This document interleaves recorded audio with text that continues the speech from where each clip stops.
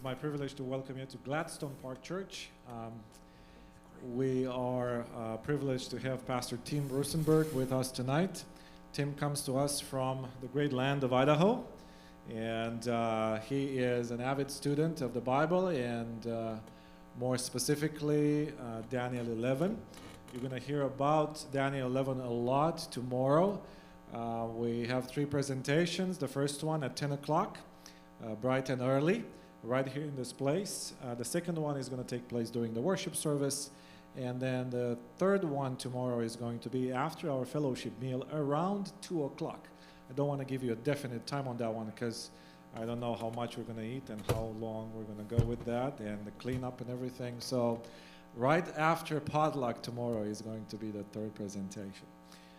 You want to have a pad and a pencil to take notes, especially tomorrow, and jot down your questions, and we'll probably take some time at the end to have a little Q&A tomorrow afternoon, because what you're going to hear is going to raise a lot of questions for you, and your mind is going to go places. So you want to write them down as they come to you, and then tomorrow afternoon we'll have a time of questions and answers with Pastor Tim.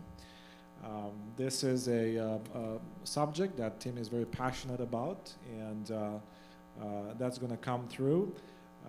I had heard about you and your presentations many years ago, and at some point I was even curious. I went to YouTube or the internet to find out some videos, and I have to confess that I never stayed to watch a whole presentation. I only watched bits and pieces of things here and there.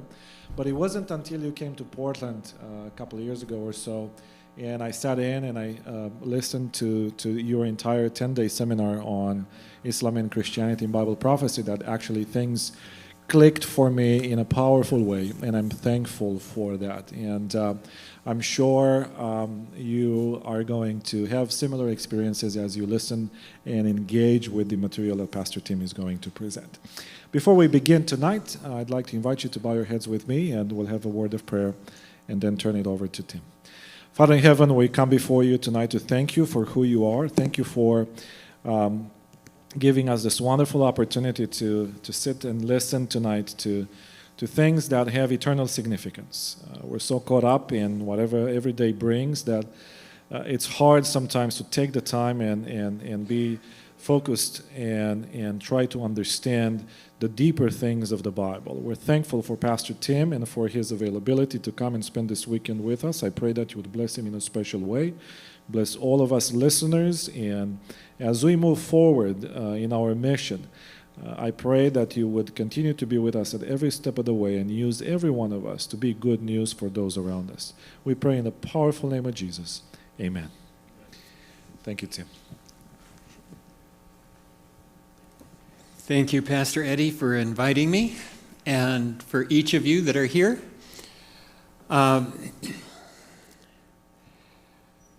I was looking across the people coming in, and I got to reconsidering what I was going to present.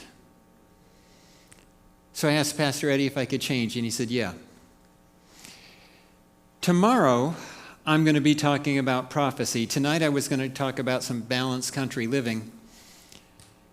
And I decided that's the one I wanted to change. And I'm going to talk about this topic. What was I thinking? Do you know we can really mess ourselves up with our thoughts instead of God's thoughts? I have really messed myself up before that way. And so I'm going to be the focal point on how not to do something and what I learned from it. But tomorrow, I'm going to be doing Islam and Christianity. It's Daniel 11. And I would just invite you to invite somebody to come. Why? Because Daniel 11 is the prophecy that is for the time of the end. It says so in the prophecy. And if we're living in the time of the end, Why is Daniel 11, the prophecy for the time of the end, the one we ignore the most?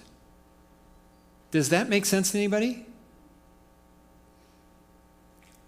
2011, the Review published our book. Well, actually an earlier version of this one.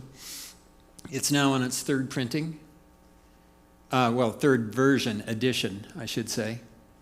Why? Because in 2011, the book was published. In 2014, in sequence, the things we were expecting began to happen. So we had to publish a new one to show that it was now happening. And then I learned some things, and I told an online group of scholars, Adventist scholars, what I was seeing in prophecy and what was about to happen, and that was that the radical left was going to join radical Islam. And they said I was high on crack cocaine. It was vicious. I published the newer version with subtitle Parallels in Left-Right Politics. And that was in 2020.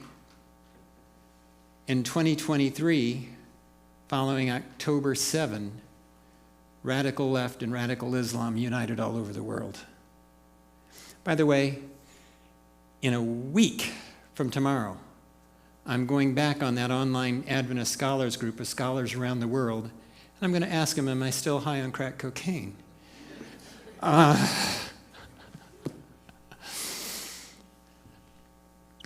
It is interesting. But if you would invite somebody, especially if they haven't been attending church for a while,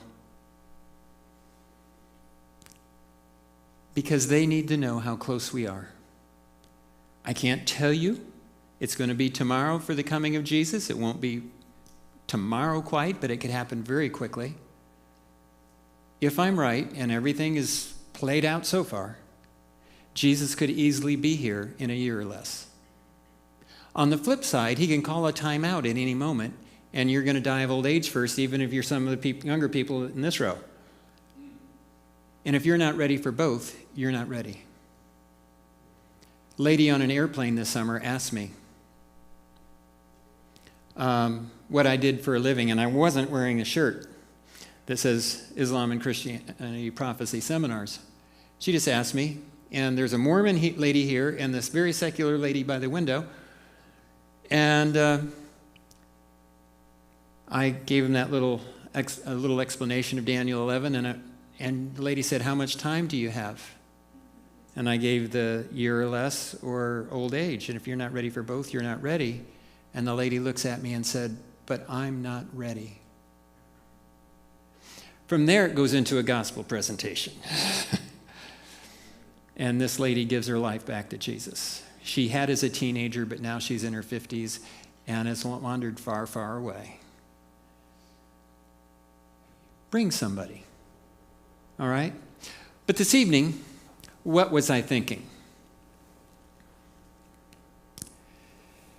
There's mental health crises rolling all over our world now, aren't there? I mean, it's a major issue everywhere you go. And some people may not be having any issue, but I can tell you,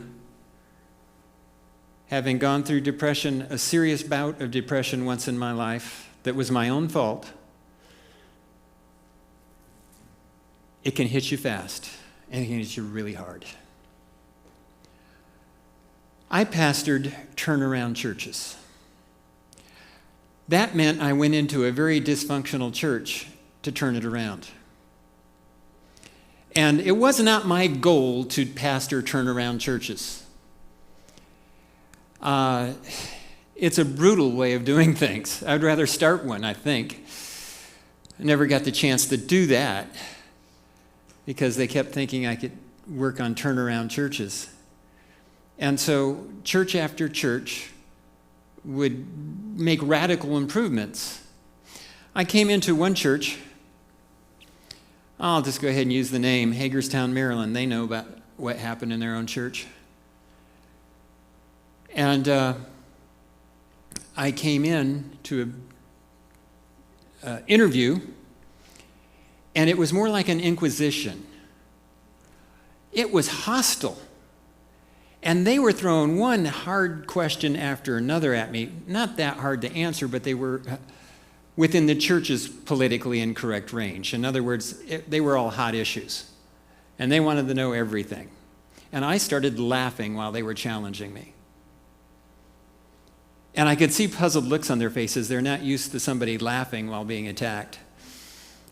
And I said, folks, I've got to tell you a story about the last time I was at your church as a visitor. I was backpacking the Appalachian Trail. I'd been on the trail for 2 months, 1,000 miles. When I showed up at their church, hitched a ride down off the mountain, and came in the town on Friday night, spent the night in somebody's house that had picked me up hitchhiking. I didn't necessarily live the safest way of living back then. And Sabbath morning, this guy looked for an Adventist church, found one, and dropped me off at the front yard, my partner and I. We both had expedition packs on, and we were wearing the same clothes we started with 2,000 miles before. They were in bad shape. Maybe didn't always smell the best. Who knows? We couldn't tell. And we walked up to the front door of the church. And I met a deacon who said, "Can I help you?" Oh, he was nice and friendly. I said, "Yeah, we came to go to church." He says, "You don't need to do that. Can I take you in the town to get groceries or whatever?" I said, "No, we came to go to church." "You don't need to do that. You need to go to the post office?" "No, we came to go to church." It took a while to get around the deacon. After a while, we met some people inside, and we had a really good experience. And so now that I'm interviewing to be the pastor, I'm thinking about the deacon at the door that wouldn't let me in last time. I now got the whole church board doing it to me, or expanded board. And so I told him that little story, and I ended up becoming their pastor. And the church went from 360. Oh, I should tell you what I told the conference president. The people had already told me they were such a cold, conservative church that you could ice skate down the center aisle. That's what the people of their own church describe their own church as. And I told the conference president, I'm going to accept this call, and it's not to officiate at a church funeral, it's a rebirth. I said, but there probably won't be a honeymoon. It might be pretty brutal. I was a young pastor, but I'd already done a turnaround, so I already knew what was involved in it.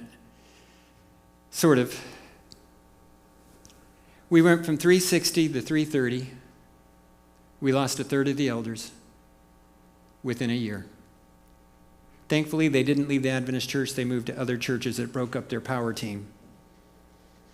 And from 330, God put us through a bunch of really tough experiences. And we went to 580. That's a turnaround church. So God had given me several of them by now. And I got an invitation to another church. It was a troubled church. It was having worship battles. Ever heard of them? There was one part of the church that loved country and Western music. There's another part that likes traditional classical kind of stuff.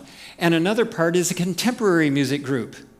Now, I'm just here to tell you, we had professional musicians that make their lives music, and you'd know some of their names. So we had a musically gifted church. They were just killing each other. And I said, okay, Lord, I'll take another one. This was not a little church. It was just shy of 1,000 members. And headed over there. By the time I got there, country and Western had already split off from when I accepted the call till I got there a month later. They became the Cowboy Church. They still exist. The traditional side, I should tell you, there's an academy campus across the street. And the academy students come across for worship services every week. This is not a typical academy church where it's built around the academy because we have 900 members on our own. But the traditional people wanted to tell the students, do as you're told, just sit down and be quiet and listen. The contemporary people wanted to entertain the youth, and I had a totally different viewpoint. How can we train and involve our young people in ministry?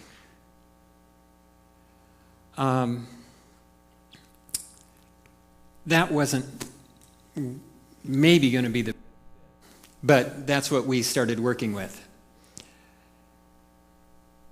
Things went on, and about 2 years into it came what I would call the September to Remember.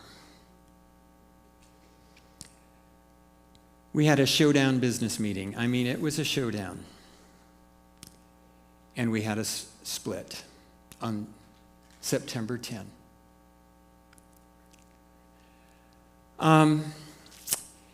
The contemporary and the traditional music people were at war, and the contemporary people decided to use the academy students to split the church and say, we're going to go over with the academy and we're going to run our own worship services in a contemporary form, and traditional can have the church. I saw it coming. The conference wouldn't believe me. And at that business meeting, they voted to split. The date, September 10, 2001. The next day, 9/11. Interesting combination of events. On September 11, my wife and I went out for a walk, and we're talking and we're praying, and I'd given everything I had to keep this church from splitting, and it did. And we're praying and wondering what to do next. As we got back close to our house out in the country, my daughter comes running out. Something awful is happening. I came inside just in time to watch the second plane hit the World Trade Center. And I knew instantly that was no accident. I pay attention to world events. And I headed into the academy. I should tell you, they voted to split effective October 20th. All right? Kind of like the Great Disappointment. And so we had a little bit of time, but not much. And I headed over to the academy. And as I walked into the student center, a young senior jams a book into my hand. Ellen White, Volume 9 of the Testimonies, describing New York City and buildings burning, and no one could stop it, and they're destroyed. He said, are we looking at a fulfillment of prophecy? And I read it. Maybe. He said, yeah, but it's Volume 9, starting on page 11. I said, okay. He said, that's 9/11. I said, all right. He said, Pastor, that's today's date. I have never had a problem finding that reference since. One of those cases, a student was ahead of the pastor. Does happen. And before the day was over, I was on America Talks, a television talk show. And we had psychologist, politician, couple of pastors. It's on what's called Safe Television. out of Springdale, Arkansas. And I was on that as one of their guests. About a week after 9/11, we were supposed to have an evangelistic series. My church was so troubled at this time that they started telling me that we should not have an evangelistic series while all the world's asking for answers. I mean, we shouldn't take advantage of people with questions and fears. I said, "You got to be kidding me."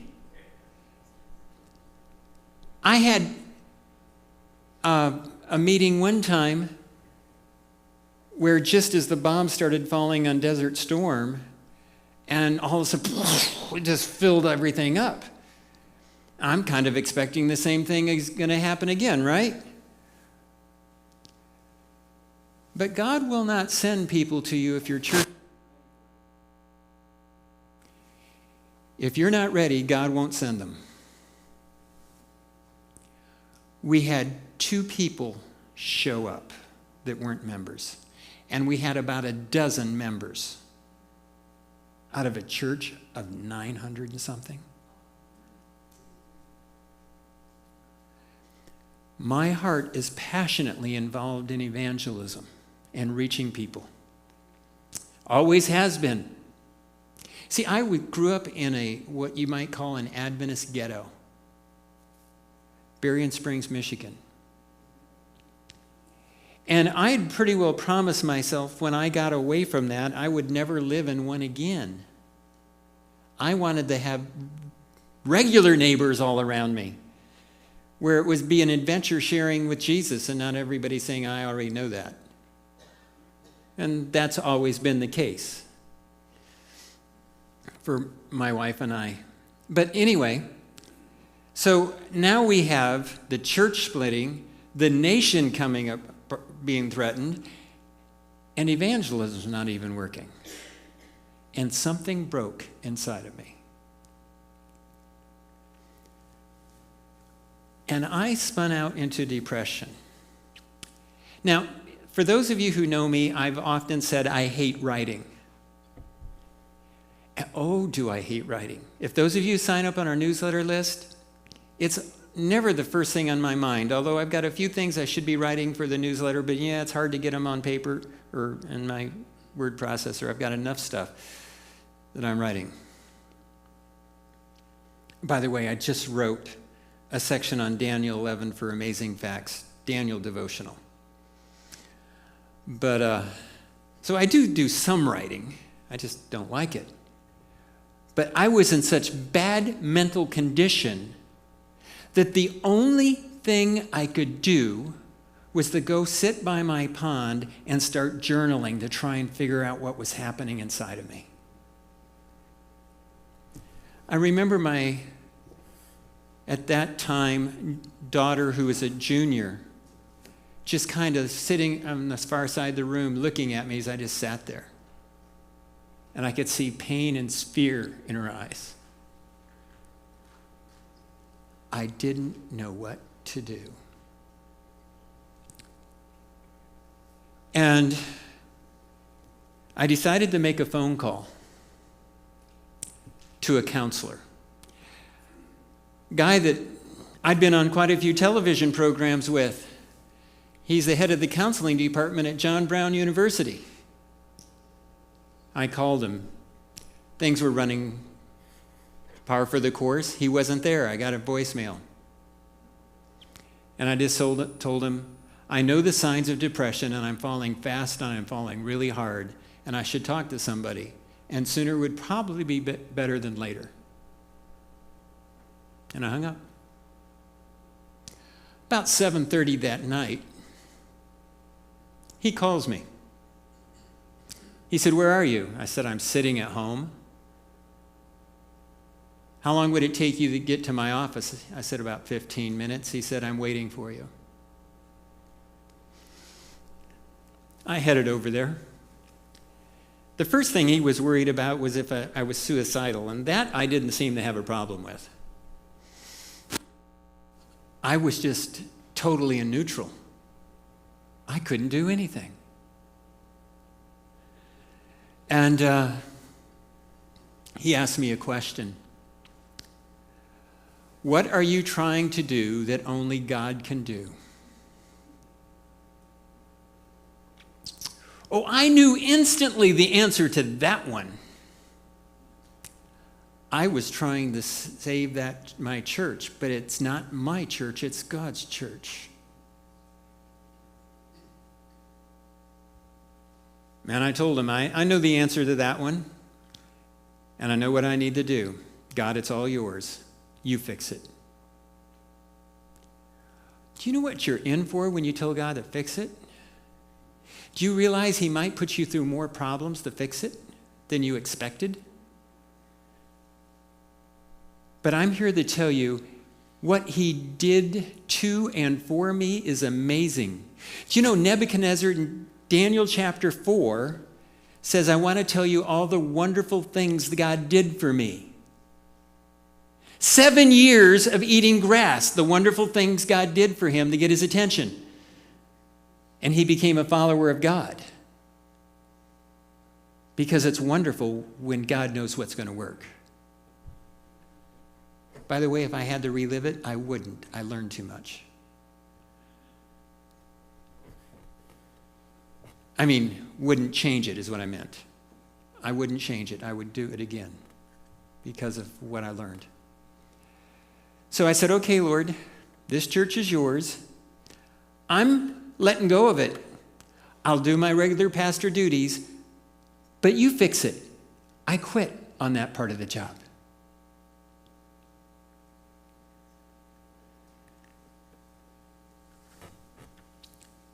A few days later, I get a phone call in the middle of the night. It's not the first time I've gotten this call.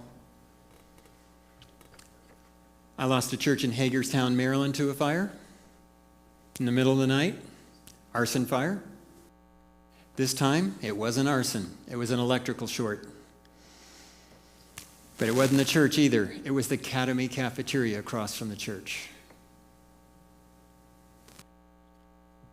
And I headed for the Academy, 1 or 2 in the morning, and parked down at the bottom of a hill. The campus is up on top of the hill, and as my face broke the line of sight to the cafeteria, I could feel the heat hitting me, and it was quite a ways away. The cafeteria would be a total loss. And the principal had led in the charge to separate from the church. He'd been manipulated by some leaders in the church, and he went along with them. I'm not going to blame him for what happened. But he'd been manipulated. And while the building was burning, I walked up to him. Said, I know you've got about 200 students to feed in the morning. And I know you don't have a cafeteria. But our youth center is available across the street. And matter of fact, you just bring your students over at breakfast time. Breakfast is on us, on the church. Now, had I gotten a board decision on this? No. Did I have any volunteers yet? No. But I could see the lady walking around on campus that had led the opposition to the Academy people. And her husband and her had both been alumni of that school years ago. And I walked up to her and I said, hey, all these kids need breakfast. Are you in to help me? I just volunteered to feed everybody. And she and I headed to an all-night Walmart. And we loaded the carts to feed a couple hundred teenagers. And she called her friends that were mostly of the traditional music group to feed mostly the contemporary music group. I didn't see it yet, but God has a sense of humor. And we served breakfast. And I told the principal, breakfast is on us, but after that, you've got a staff. You take care of it, but we're going to let you use our youth center. Had a commercial kitchen in it, so it was even legal. And later the board would agree with me, thankfully. There are some things you don't have time to even do a phone board meeting on. And so we did that. And the kids are now walking back and forth around the church sidewalks, one side of the church or the other, 3 times a day. And they're eating in the church, fellowship hall, youth center. And we're now in October, getting close to the 20th. We're less than a week away. And nothing has changed, and I got a phone call. It was from the academy chaplain, a young lady that was doing a good job there. It was her job now to, starting on October 20, to plan worship services as well. She said, "Can I come talk to you?" And I said, "Sure." She came into my office. She said, "I would like you to pray with me because I'm about to get fired." I said, "Why? Why would you be getting fired?" She said, "I just had a class pastors meeting. And there's the 4 class pastors and then the SA pastor, religious committee for the students. And she said the students were unanimous. They don't want to separate from the church. And I have to go into the principal and tell him that I am not going to do what he wants us to do." She says, "I think I'm going to get fired." We prayed together, and she walked over to get fired. And remember, I'd been trying to keep this church together and the academy and the church together. I gave up. God just sent somebody else into it. She came back a few minutes later with a smile on her face. She said, "I didn't get fired." She said, "He's so busy with dealing with insurance stuff right now." He said, "Oh, whatever, do whatever works." And there went the votes of the boards and everybody else that had been involved, business meetings. And it was just done. I said, who did you have preaching on that first Sabbath?" It was the same young man that had the Volume 9 of the testimonies in his hand. "Pastor, are we looking at fulfillment of prophecy?" I said, "Would it be okay with you if I work together with him and we team preach on Sabbath, October 20? Now, I had in mind doing a October 22 kind of Adventist history sermon, but I had a whole segment of my church that got really mad if I ever mentioned Ellen White. But you see, they told me that I'm trying to force my views on students. Some of them didn't like it if I talked about prophecy or Ellen White. It was just kind of interesting. And I rarely ever talked about Ellen White in a sermon anyway. But I knew this young man's testimony. And I was going to ask him to share it. That's why I really wanted to do this with him.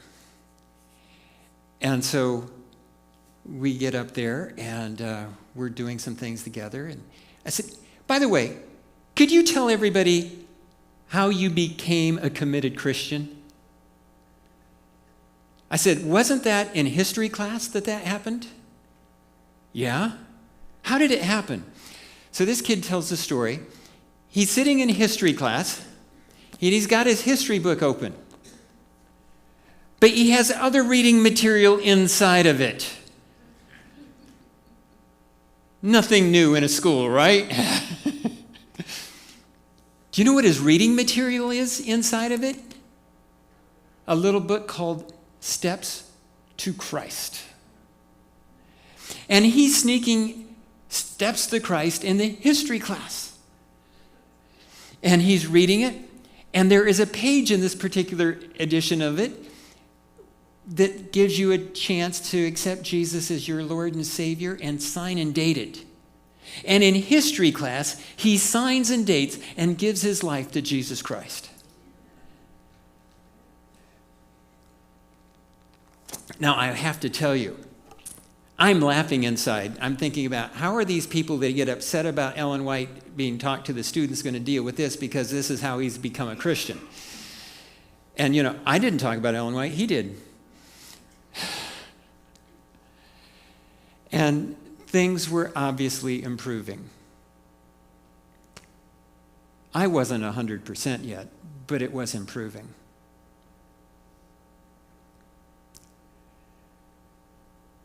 And then came a December with risk and survival. I think it was December 19, maybe it's 18, somewhere right in there. School's out,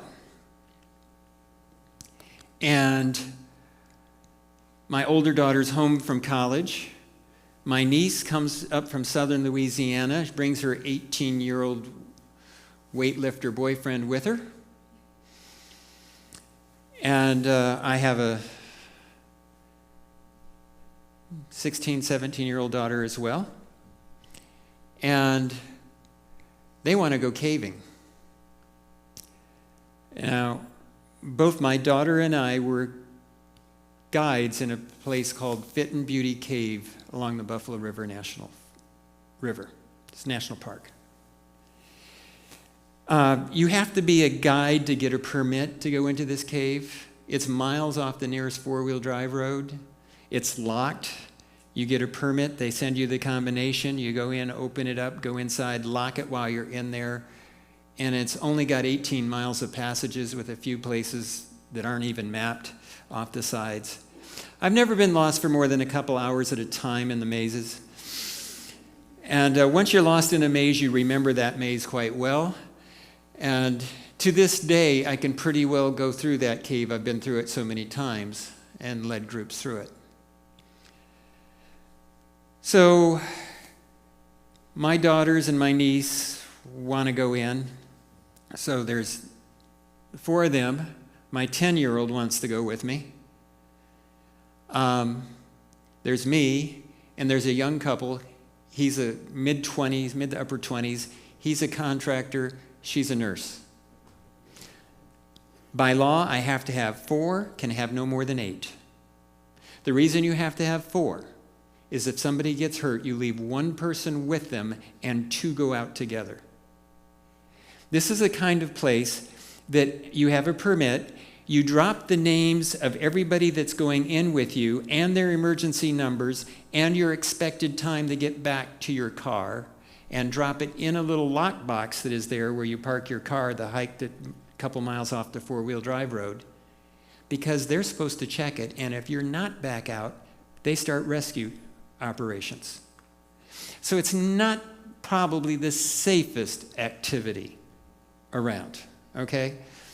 But I'm taking this group in, and on Saturday night, I checked the weather report. It's been a little rainy, and there are flash flood warnings out in the area. It's about an hour and a half away, or 2 hours away from where we live. And it's backcountry in the hills.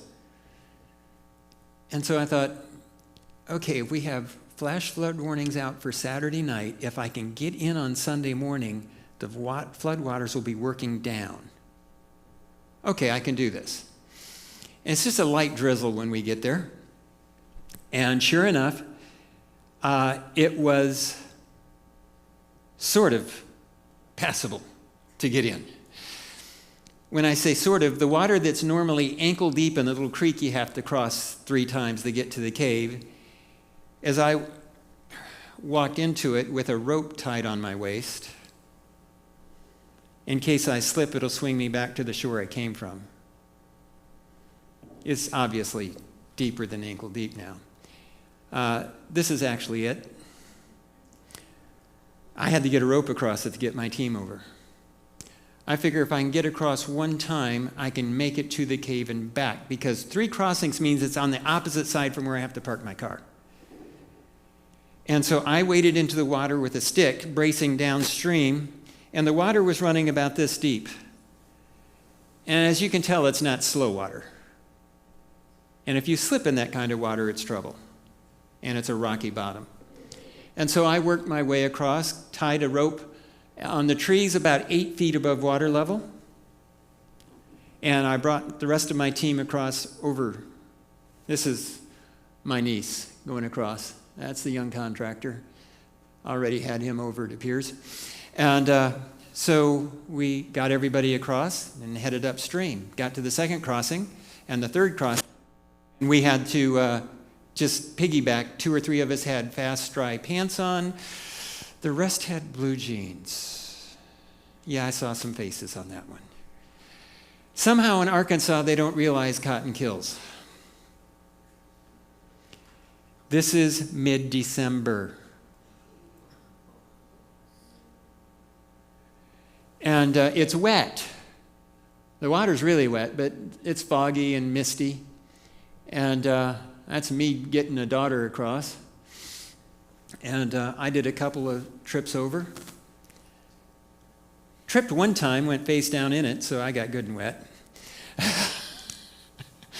But anyway, the third crossing. Then we got into the cave. And one on the left is my daughter coming through the needle's eye. Typically, I like to take my helmet off and my backpack off and shove it through ahead of me. And I have to have my arms in front of me. I can't do it with them any other way. And we had one guy, the contractor, we had to kind of push and pull on. He's a little heavier. And needle's eye is called that for a reason. And this other one, it's you're coming down through a twisty little canal, and it's got crystal and stuff on it. It's kind of cool. But that one's called the birth canal. And so these places have names in the caves, just like rapids have names when you're doing whitewater rafting and stuff, kayaking. Actually, just 3 or 4 feet past the needle's eye, it opens up into a giant room, bigger, probably at least as big as this church room here. And that was a previous trip with my brother coming out of the needle's eye when you can stand up coming out of it. So it's boom into this big room. And there's all kinds of neat cave decorations and fossils and all kinds of stuff in there. Fossils can be deadly in there, or at least dangerous, because you have all these plant stems and starfish and all kinds of stuff on the ceiling, and you get the walking along looking at it with your, and there's these little drop-offs all over the place. There are also some that are 40, 50 feet. And so you got to be careful when you're looking at fossils. And I've only had trouble with little ones, little drop-offs, but just all kinds of neat stuff. And so we get this group into the cave, and it took us quite a while to get there because of the Atrolian Traverse, the rope over the stream and everything. And I left the rope there, so I had an escape route, which was nearly fatal to have an escape route, I thought. So we get inside, and we're going along, and I want to drop down into a lower level of the cave. I can't go off the 40, 50-foot drop-off because I left the rope over the stream. And but I can get down on the lower level, and I have a little webbing rope ladder that'll drop the 10, 12 feet to the floor of the passage below. And so all you have to do to set up your rope ladder is slide into what they call the manhole. It's a combination manhole toilet. The hole is about that big around, and it's got smooth bowl all the way around it for several feet, where the water has polished the stone and everything, and it's just slippery. And so what I have to do is the guide, I slide into it, brace across the manhole, then I take out of my backpack, I take out my rope ladder, and there's this stalagmite sitting right here, about this tall, that big around. You put the loop of your rope ladder over it. Now everybody can come down, grab the rope, and use the loops in the rope ladder and go down. And it's 10, 12 feet. You should know at the bottom, there's a stalagmite about that big around, only about so tall, and it's kind of rounded on top, dead center under the manhole. I know that thing is there. And as I twist to put my loop over the stalagmite up here, I lost footing, and I'm headed down the manhole. I lunged because I did not want to take the rope ladder down with me. And I got it hooked. And as I whipped around and was headed down, I saw a little rock on the side. I grabbed hold of it because I do not want to land on that stalagmite. I don't have to look. I know it's there. And I grabbed that rock. It jerked me, slammed me up against the side, and cracked a rib. I couldn't hang on, but it had swung me off to the side, and I hit beside the stalagmite, stood up in the gravel. This is going to hurt for a couple months. By the way, what do you do for a cracked rib? Hurt for a couple of months. I mean, I've done it before, and yeah, it's just coming. And my team can't see what's just happened, but they heard something happen. And they said, "What happened? Are you okay?" I said, "Well, the rope ladder set, you can come on down." And they came on down, and we kept going. Eventually, we head out because we got to get out in time. Oh, I should tell you, each of our trips usually runs 10 to 12 hours underground. And so we've used our time up, we're coming out, and there's a strobe light flashing in the entrance room. Now, at first I thought, it's not time to send a rescue team out yet. Then I thought, they can't get a rescue vehicle to the opening of this cave. It's impossible. What is that strobe light that's flashing in around the corner from outside? Lightning, lots of it. What I didn't know is for 6+ hours, a massive thunderstorm had stalled out over this mountain, and there was already a flash flood. We're now having a 100-year event out there. By the way, I tend to find them. Do you know where I was a month ago? Asheville, North Carolina.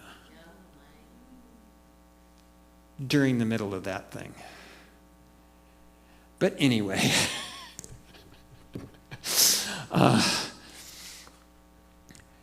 we had to make a human chain to get away from the cave opening because there's a torrent of water coming through that was just roaring through there. I didn't want to lose anybody. And there's not even supposed to be a creek there. There was no creek there when we went in. We got down to the trail. My wife later wanted to know, why did you leave the cave? Because I had a rope over the river. I knew I could get back to the car with dry clothes and food. And got my team to the trail, and I knew that upstream, just about 200 yards, there's a fourth crossing. I headed upstream to look at it with nobody around me. I waded into the water. This is 10, 11 o'clock at night, probably about 10. And I just went a little bit, and I was already up to here. I wasn't even in the deep part of the stream yet. And I'm standing looking at about a 4-foot standing wave and brush just below me. It's called a strainer. And if you get swept into brush in whitewater, your chances aren't real good. And I stood there looking at that, and I'm thinking, if I try to cross this might be my best shot, right here. But if I try and cross it, I will probably lose part of my team. I mean, die. Remember, 2 daughters, my niece, her boyfriend, my 10-year-old son, and the other two. From then on that night, every decision was made based on what is least likely to kill somebody.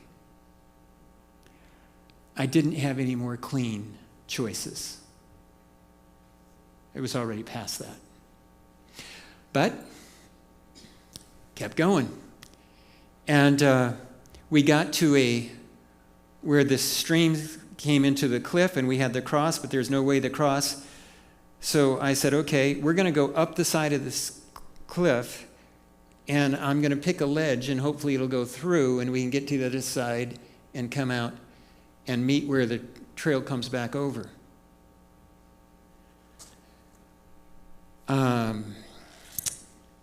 We prayed together that I would pick the right ledge. And so we're working our way across a ledge on a cliff. It's about 30, 40 feet down to the water, and it's roaring into it, just and turning. Anybody slips, they're gone. And it's about another 150 feet or so up. And we're just working across this. It's at night. The wind is blowing. The rain is pouring down. Lightning is flashing. There's mud coming down and waterfalls. And we're working our way across this thing. And the temperature's starting to fall. Got across, found the trail, kept going, had to do it again. This time we got partway across, we hit a ledge that got bigger. I gathered all 8 of us together. And I said, okay, guys, here's the thing. My 10-year-old, I should tell you, by this point was crying. Daddy, I'm cold, I'm wet, and I'm tired. I need to take a nap. He'd been telling me that for the last half hour and 45 minutes. And every time I said, no, we got to keep going. No, we got to keep going. And so I told everybody, I want you to open your packs. Take anything out you don't need for survival tonight. I don't care how valuable it is or litter. I don't care about any of that. I don't want you carrying anything you don't need. Leave it right here on this ledge. And if you have any food in there, I want you to eat it now. Any calories. I watched the husband and wife pull out a little baggie that had an apple core in it. He ate half and she ate half.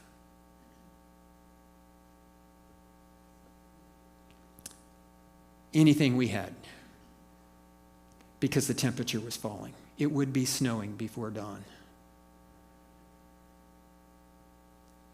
And then I said, okay, let's go. And my 10-year-old says, oh, Daddy, I'm just going to sleep. I said, no, we got to go. But Daddy, please let me sleep. I said, no, if you go to sleep tonight, you will die. We have to keep going all night if necessary. We cannot go to sleep here. Oh! Believe it or not, he never cried all night after that. We kept going. Now I had to break through walls of greenbriers. I don't know if you guys know. You've got blackberries. It's similar. And I just turned my back on these things. They're vine kind of like things, greenbriers. I just turned my back and lunged through. And my coat was getting ripped to shreds. And so were other parts of me. But we had to get through. And ponchos were getting ripped up. Somebody, as we're walking along, and I tried crossing the stream again in a couple of places, but as we're walking along, somebody said, hey, I need to go to the bathroom. I said, are you wet? Yeah. Could you get any wetter? No. Would it be warm or cold? Got it.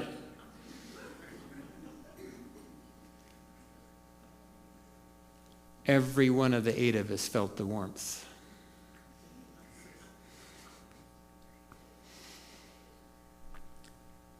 When's the last time you were knowingly doing that?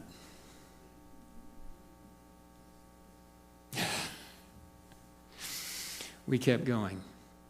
We finally got almost to first we got to our rope, at least where it was supposed to be. But the water is running so high now, that rope that was tied 8 feet above the water is somewhere under the water.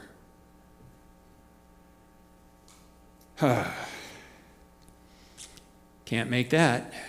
We got down to across from where our car's parked. This is now 1 o'clock or something in the morning. Where's the rescue team? I don't see or hear anything, but I should be able to see lights. It's winter. There's not any leaves out on the trees. And I'm taking my light.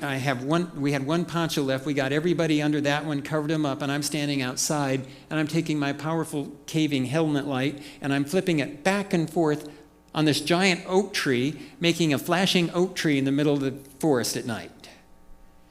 If there's any self-respecting rescue team, they would come to a flashing tree. Nothing. And after a while, I thought, I've got to get these guys going again. We're going to die within a couple hundred yards of our car. And I said, guys, there's a fire trail on our side of the stream here. 13 years ago, I went up that fire trail, and a couple of miles up there, I probably didn't tell them it was a couple of miles, a little ways up there, there's a collapsed cabin. There's an old cabin up there, partially collapsed cabin. I said, maybe we could get up there and find shelter. Let's go. And I put the contractor in the lead because it's going to be along the trail, fire trail. And I pulled sweep. See, when you pull sweep, you've got to motivate people who don't want to be motivated. I've done it with many, many kinds of activities, and so I've had some experience in motivating people who don't want to be motivated. But I had a secondary reason. I had been in and out of cold water so often that night, my legs felt like lead. I could barely move them. And if I'm in the lead and I go down, my team stops moving, and we're all in trouble. If I'm in the back and I go down, my team will still move. That's the kind of situation and calculations I was making. Now, I'm a survival story reader, and I've read the stories of guys that kept crawling after they couldn't walk, and my intention was I would crawl until I couldn't crawl, if I had to. But my 10-year-old wouldn't leave my side. And we kept working along, and eventually I came across my niece and her 18-year-old weightlifter boyfriend. And she's slapping him across the face. He didn't say something he shouldn't have. He was fading in and out of consciousness. She's trying to keep him moving. Hypothermia is really hitting us. I knew he was in trouble. I found his backpack on the trail. Then I found his coat on the trail. And when you're dropping clothing when you're cold, it's bad. But I was so cold and so beat that even knowing what it meant, I did not pick up his coat because I couldn't. I didn't have it. He kept moving. A little bit later, the contractor yelled, "I found an outhouse." Praise the Lord. It was a fiberglass outhouse, handicap size. You can put 8 people in a handicapped outhouse. And before you laugh too hard, I've slept in outhouses when I had to before. That comes with spending months and months in the mountains, okay?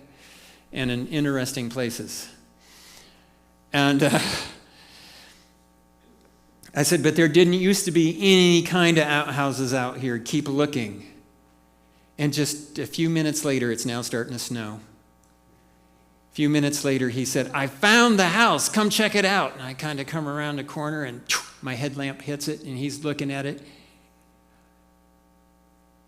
They have restored this collapsed cabin. It is now an historic building in the national park. Right on the side of it, it has this sign that says $5,000 fine, 6 months in prison for breaking and entering. My daughter walks up to me while I'm reading it. She says, "Dad, they have food and it's warm in jail."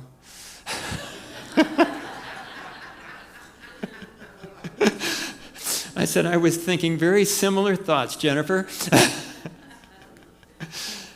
And the contractor and I walked around. We put everybody, there was a little porch with a roof on it. We put them up there, but the wind and the rain was still going through. And we walked around and we couldn't find anything open.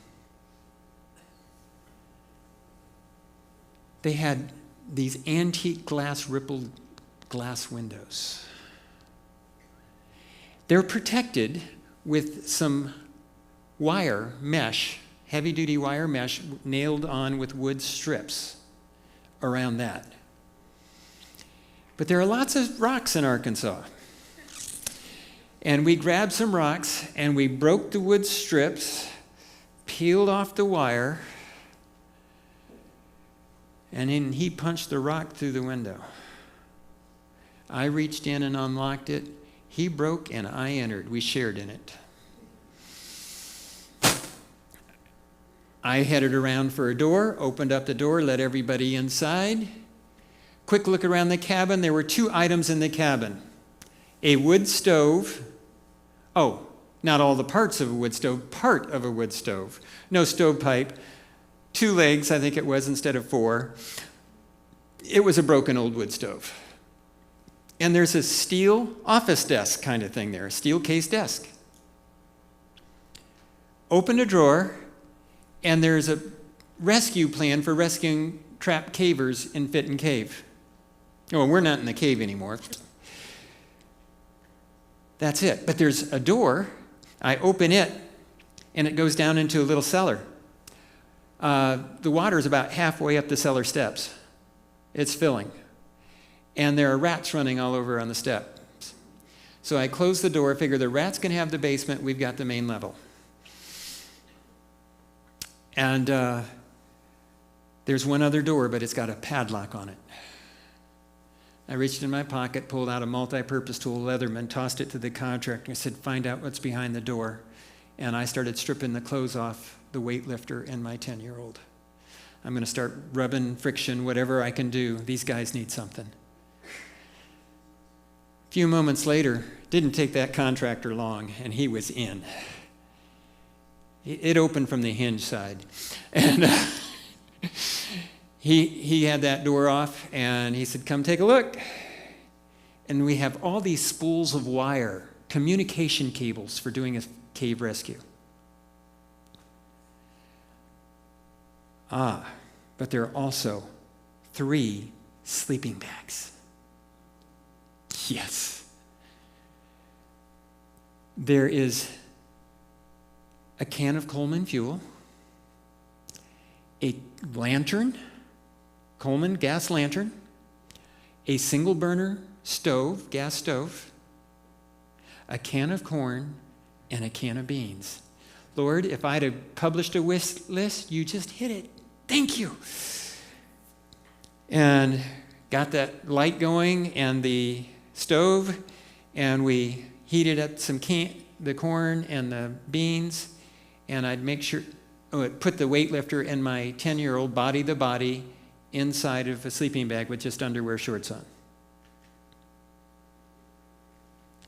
Then I would make sure he was awake, feed him a bite of food, awake.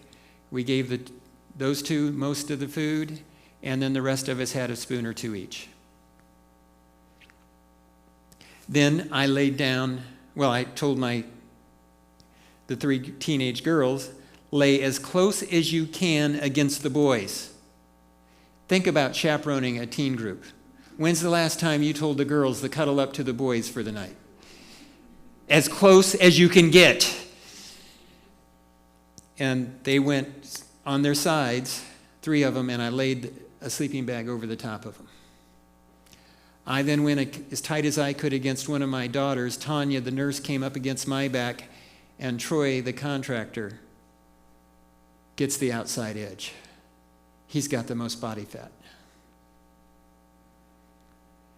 And we lay on the floor and shook violently. And I made a discovery. I was laying on my cracked rib.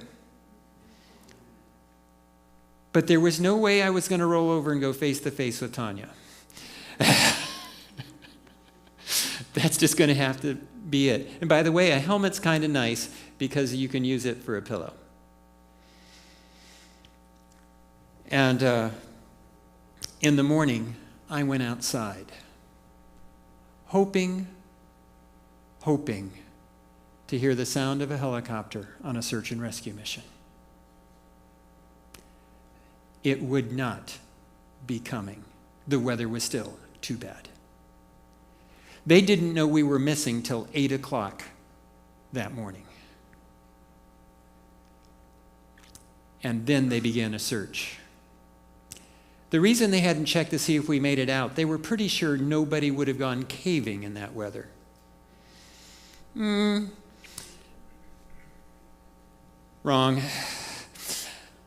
And so we didn't know what was going on out there. Troy and Tanya said, Pastor Tim, we saw some lights on that mountain over there last night. There must be a building up there. We want to go check it out. I said, I don't want to split the team, and the team can't move.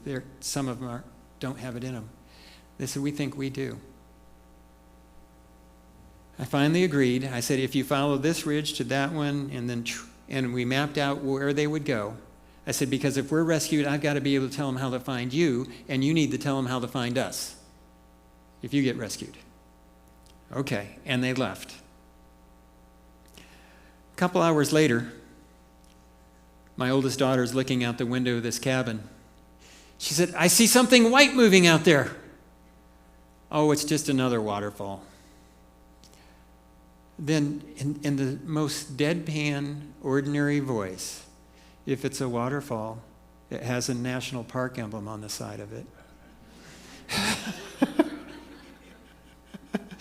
And that brought me to the window, and I see this big, tall, four-wheel drive pickup with a crew cab picking its way over the logs and stuff on the fire trail. And he's pulling around to the front of the cabin. I step out the door of the cabin to meet a man in uniform, and I'm stepping out of a building that has a sign that says $5,000 fine, 6 months in prison. And I said, Officer, Forest Park Ranger, Officer, sorry we had to break into the building. He says, I've just been hoping and praying to find you guys here. I should tell you what happened to my younger daughter. She went running to see if it really was a ranger. She ran out on the front porch. And you have to know she'd shed her blue jeans. But she'd put a sweatshirt on upside down with her feet through the arms, and she's holding on to the waist to keep it from being ankle dressings. And when she sees it really is a ranger, she goes, yes!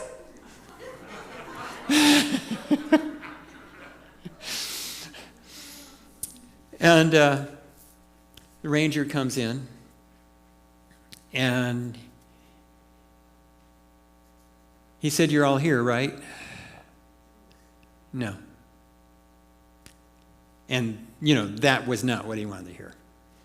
And I said, in a bit, we can get your map out, and I can show you where you can find them. I said, it's not going to be hard. Okay. He said, and my 10-year-old and the weightlifter are still in that sleeping bag. They haven't budged since we put them in it. This is now getting close to noon on Sunday. This whole episode started on Saturday night.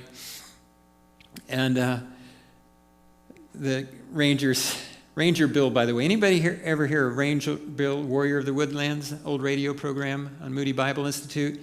Ranger Bill rescued us, Ranger Bill Strobel. And so he says, young man, just a minute. He says, I'll be right back. He says, I've got some wind pants out in the truck. And he comes in, he's got a lightweight wind jacket and wind pants. He says, put these on, go out to my truck. He says, it's warm out there and I've got Cliff Bars out there. Weightlifter here's warm and food, pops straight out of that sleeping bag. And you see, and he grabs the wind pants and the wind jacket, and they're like flags flying behind him as he pretty close to streaks. He's got underwear on, that's it, underwear shorts. As he heads for that truck, he is not going to put on clothes until he's in the warm truck with Cliff Bars. And I showed the ranger how to find the rest of the team. He said, okay, you guys. I said, by the way, we'll be glad to come back and fix the window. He said, I'll take care of that. I said, the sleeping bags, they're pretty rank. Remember, we all felt the warmth. And I said, we can take them home and clean them. He says, no, I have a commercial washer and dryer in my house. I'll take care of it. And I thought of Jesus when he comes back. I'm going to say, but I'm just a sinner. And he's going to say, I've already taken care of that. We got into the truck with this guy. We headed down a mountain fire trail. We got to a river crossing that was a bit dicey. He said, on the way in here, as I was crossing this crossing, he said, the back end of the truck was caught in the current. It swung downstream. He said, I hit the gas and prayed. Oh, I didn't tell you something. When he got out of his truck on the mountainside, he was wearing a life jacket. You ever driven a vehicle wearing a life jacket?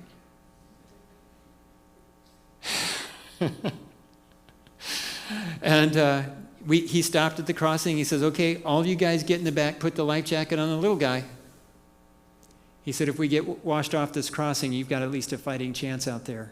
I also know what it means because we lived in a place with what you call high water crossings or low water crossings. You can get across when the water's low, but when it's high, it'll kill you if you try. And if somebody's in a car, it's very hard to get out of a car or vehicle to get swept off. And he's inside. He's risking his life for the second time that day for us. We get to the other side, we get to our car, get dry clothing, food in us, and our car stayed there. The four-wheel drive road is washed out. His barely can make it. And I don't have a four-wheel drive. I just took it on four-wheel drive. Anyway. And it would be 5 days before the lower route would be passable with water low enough to get out. And he took us to a little country store out there, gas station convenience store, where we waited for a rescue ride from back at our home church to come get us. It took me 7 hours from rescue to stop shaking. In heat the whole time. The poor ranger, he'd get out of his truck every once in a while. I gotta go cool off. The other couple that had left us, they're working their way up the mountain. They get tired and they see a log and they sit down to rest. While they're sitting down resting, they begin to pray, asking God to guide them. When they open their eyes, from the log seated position, they saw something they couldn't see when they were standing. There's a hole in the brush and they can see a house out there. The lights we'd seen overnight. Now they knew where to go. Praise the Lord, they stopped and prayed. And they veered off and headed towards that house. And it's still rainy. They knock on the door and they hear somebody yell, "Come in!" Okay. And they open the door and carefully step inside. The guy's up in the loft of his cabin. He said, "Oh, you must be Troy and Tanya." Instantly, they knew we'd been rescued. National Park Service had called him and said, could you come out and lock the gate going into your cabin? Guy worked right nearby. And we need to do a rescue operation back in that area, and it would sure be nice if we could get all the way into your area before we started. And so he showed up, opened up the gate, and came back to the house. Troy and Tanya walked up, came in the house. Just about 5 minutes after Troy and Tanya came in, a couple of National Park Rangers. Hey, just want to let you know oh, here's Troy and Tanya. It was one of their easier rescue missions. So, yeah, I was that rope. 5 days later, I was able to get it back. My caving rope had never been that clean since it was new. It was fabulously clean. And so what makes you fearful? Relationships in trouble? Financial fears? Health fears? Work fears? Time of trouble fears? What are you trying to do that only God can do? It will destroy you if you try to do what only God can do. It nearly took me out. Very near it. By the way, as far as financial goes, for those of you who have retirement accounts, I hope you lose them. That includes mine. In just over a year, I get to retire. I'm going to become the volunteer evangelist for the Idaho Conference. That way I don't have to raise my salary anymore. I just do it for the fun of it. And paycheck's nice, but I do this for ministry's sake. But here's my thing about your retirement account. If Jesus is coming soon, you're probably going to lose your retirement account. But you have a retirement plan that's out of this world, right? So which would you rather? Lose your account and Jesus come, or keep your account and he doesn't come? We need to learn to trust in Jesus, don't we? Time of trouble fears. I've met so many Adventists that are worried about the time of trouble. Do you realize that the time of trouble is not to trouble us, it's to trouble Satan's side? Amen. Amen. Thessalonians says God troubles those who trouble his children. Now remember, in Daniel 11, I'll explain this tomorrow, but you get to a point where it says the king of the north goes out to destroy and annihilate God's people, but Michael stands up and there's a time of trouble like there never was. Do you think Jesus is coming to trouble you or the people troubling you? 7 last plagues are targeted, aren't they? To those that are troubling his kids. Now, I'm not saying it's going to be a cakewalk or really easy, but wouldn't you rather be on God's side while he's troubling them? You only have to deal with the trouble they want to give you because they're mad at God. They got to deal with God. I'd rather have their trouble. Trouble from them. Now, I should tell you the ending to that story. It was pretty good as we were rescued. But we were waiting to go on our Christmas vacation. Needed that car that's stranded out there in the mountains to do it. Now, it wasn't being flooded. It was on a high spot. It was just water everywhere else. And finally, I was able to go get it. But that was the end of the week, so we didn't leave till Sunday morning. Saturday night. Maybe it's not Saturday night, but it was a night. My daughters and my wife wanted to go clothing shopping. Do you realize how low that is on my wish list? To go clothing shopping with my wife and my daughters? Guys, you can understand this maybe, right? To sit there for hours, for them to try on stuff and now, no, that's not right. Do you know what you're looking for? I'll know it when I see it. This isn't it. And I'm in for hours of this and I know it. And I'm sitting that night in J.C. Penney's at the fitting room, in a chair outside of it, grinning ear to ear, watching my living daughters trying on clothes.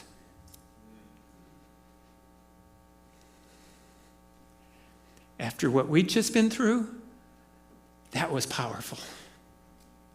They were alive. We didn't lose anyone.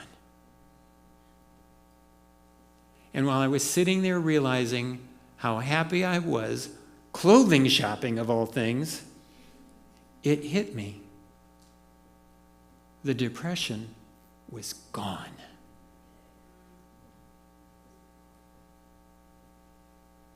This is in 3 months' time. All of that happened. It was an eventful 3 months. To crash and eventually coming back. It's what God had to teach me.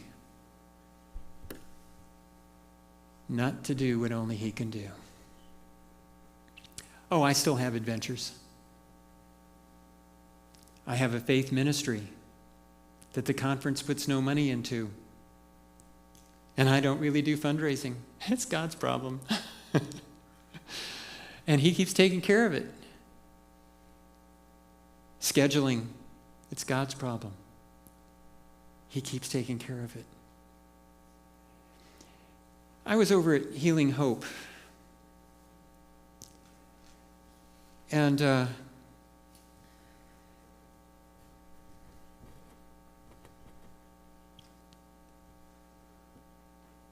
trying to get the dates right. So, I was part-time pastoring, interim pastoring, and part-time doing this for a year because my home church didn't have a pastor for 2 years. It still doesn't. But I told the conference as of the end of March of 2024, I was no longer doing that. I'm full-time back in my real job.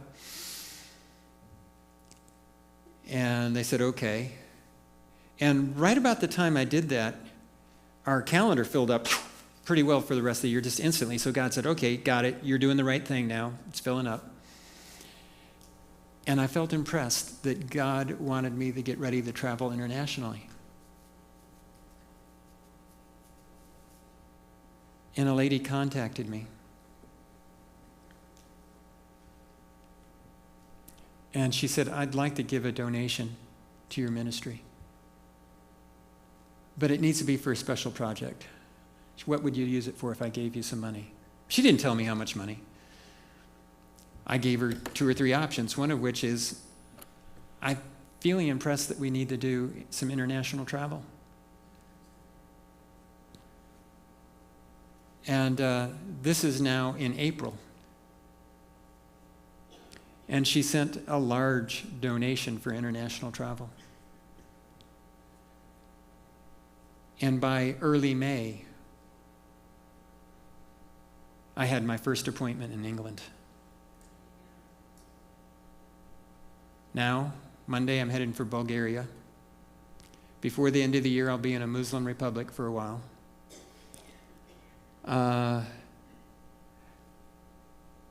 What are you trying to do that only God can do? He keeps showing me that He's in charge. I invite you to have an adventure with God. Give your fears to Him. Here's a big one. How much are you sharing your faith with other people? Most Christians and most Adventists, not very much. You're afraid somebody's going to laugh at you or you don't know the answers. It's fear that's stopping us. I have a simple answer for it. Get over it. It's God's problem. Do you know what a question is you don't know the answer to? You know what it is? It's God telling you what you need to study next. So just accept it as that and move on. It's okay not to have the answers. It's an adventure with God.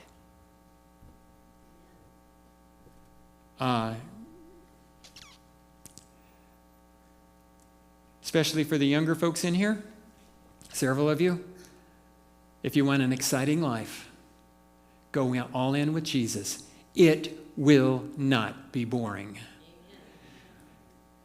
It'll be an adventure that never ends. Let's close with prayer. Dear Heavenly Father, thank you for loving us so much that you allowed Jesus to come and die for us. Thank you that even though we're sinners, he's already taken care of that. Please come soon and bring an end to pain and suffering. Thank you in Jesus' name. Amen. Tomorrow, Sabbath school, Daniel 11, the basics, and then the afternoon, the worship service is current events in Daniel 11, and it's being fulfilled as we talk, even right now. And then in the afternoon, I get politically incorrect. Time of the end alliances, including left-right politics. And I just jokingly say, but it's reality. I'm an equal opportunity offender. I'll get both the left and the right, in other words.